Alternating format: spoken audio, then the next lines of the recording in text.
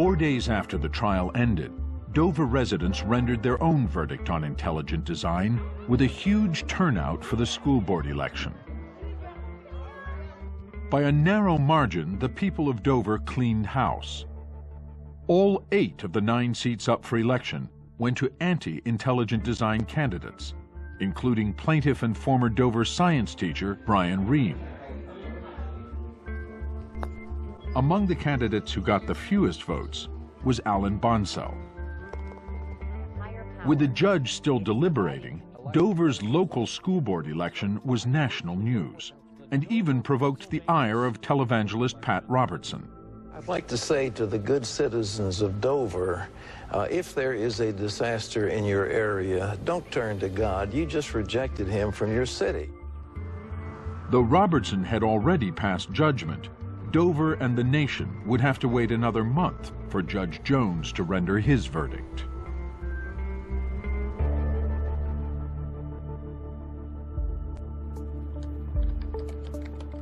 On December 20th, 2005, Jones sent out his opinion by email. I went to work that day. We pretty much knew it was going to be out by noon, so I waited at work for a phone call. The decision came across the computer, I think it was 10:37. The columnist behind me, I was reading it from the beginning, and he's standing over my shoulder and he yells at me, "Go to the end! Go to the end!" I remember Mrs. Spar, Bertha Spar, knocking on my door and interrupting my class. The 139-page opinion ruled that intelligent design is not science. Finding it had been introduced for religious reasons, Judge Jones decided it was unconstitutional to teach intelligent design in Dover science classes. Both defendants and many of the leading proponents of intelligent design make a bedrock assumption which is utterly false. Their presupposition is that evolutionary theory is antithetical to a belief in the existence of a supreme being and to religion in general. To be sure, Darwin's theory of evolution is imperfect. However, the fact that a scientific theory cannot yet render an explanation on every point should not be used as a pretext to thrust an untestable alternative hypothesis grounded in religion into the science classroom or to misrepresent well-established scientific propositions. The citizens of the Dover area were poorly served by the members of the board who voted for the intelligent design policy. Citing what he called the breathtaking inanity of the school board's decision, he found that several members had lied to cover their tracks and disguise the real purpose behind the intelligent design policy. The crushing weight of the evidence indicates that the board set out to get creationism into science classrooms, and intelligent design was simply the vehicle that they utilized to do that. Jones recommended to the U.S. Attorney that he investigate bringing perjury charges against Buckingham and Bonsell for lying under oath. And the overwhelming evidence at trial, he said, established that intelligent design is a religious view, a mere relabeling of creationism, and not a scientific theory. In an era where we're trying to cure cancer, where we're trying to prevent pandemics, where we're trying to keep science and math education on the cutting edge in the United States, to introduce and teach bad science to 9th grade students makes very little sense to me. You know, garbage in, garbage out, and it doesn't benefit any of us who benefit daily from scientific discoveries. The school district was permanently forbidden to teach intelligent design in its science curriculum. The administration was ordered to pay the plaintiffs' legal fees, totaling more than $1 million. And the election of a new school board opposed to intelligent design meant no appeal of the ruling would be mounted. In the wake of the trial, Time magazine named Judge Jones one of the 100 most influential people of the year. But not everyone was so pleased with the judge's decision.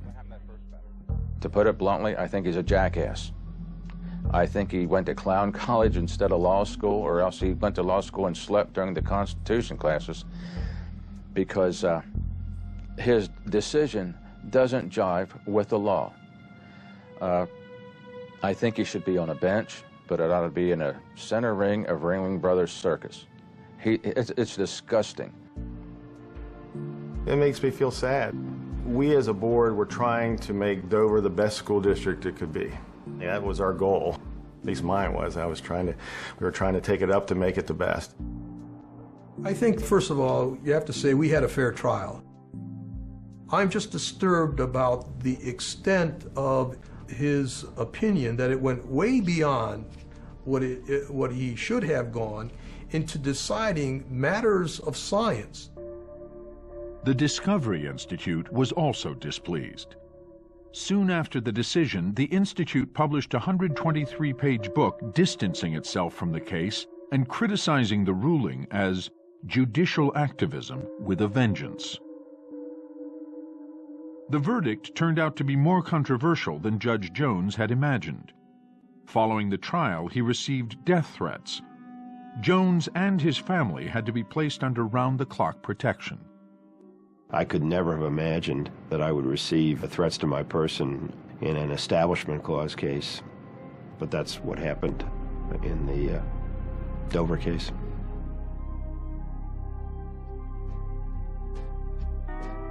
For newspaper reporter Lori Lebo, the verdict was bittersweet. Her father passed away just 9 days after the judge's decision. They had never reconciled their differences, though Lori remains a strong supporter of evolution. Recently, her family took over management of her father's radio station, and Lori began hosting a weekly show. Evening, folks. We're going to listen to some Johnny Cash now. I talk to Jesus every day. In the end, though, there is probably one thing everyone in the case can agree on. The issue is certainly not over. One of the things that we've learned is that the opponents of evolution are persistent and resilient, and they're still out there. I had thought at one point that we would make a breakthrough on this issue and change the scientific community in my lifetime. Now I'm somewhat sobered by the force of the counterattack that we have received, and I see that it's going to be a longer process than that. I think history tells us that there is an enduring